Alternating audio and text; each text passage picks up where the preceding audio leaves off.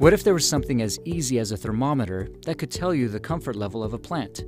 There is. It's called a soil water potential sensor. Soil water potential has a complicated scientific definition, but you don't have to understand what it is to use it. Measuring soil water potential is like taking a plant's temperature. Everyone's familiar with temperature. We understand what the units or degrees mean to our comfort without knowing how they're tied to the third law of thermodynamics.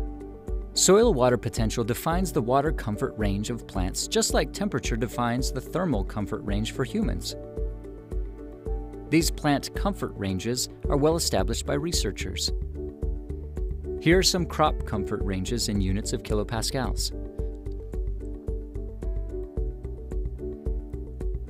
You may not know what a kilopascal is, in the same way you may not know what a Fahrenheit degree is.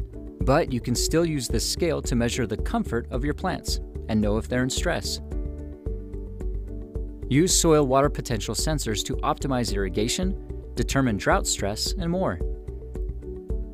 Learn about measuring soil water potential on our website.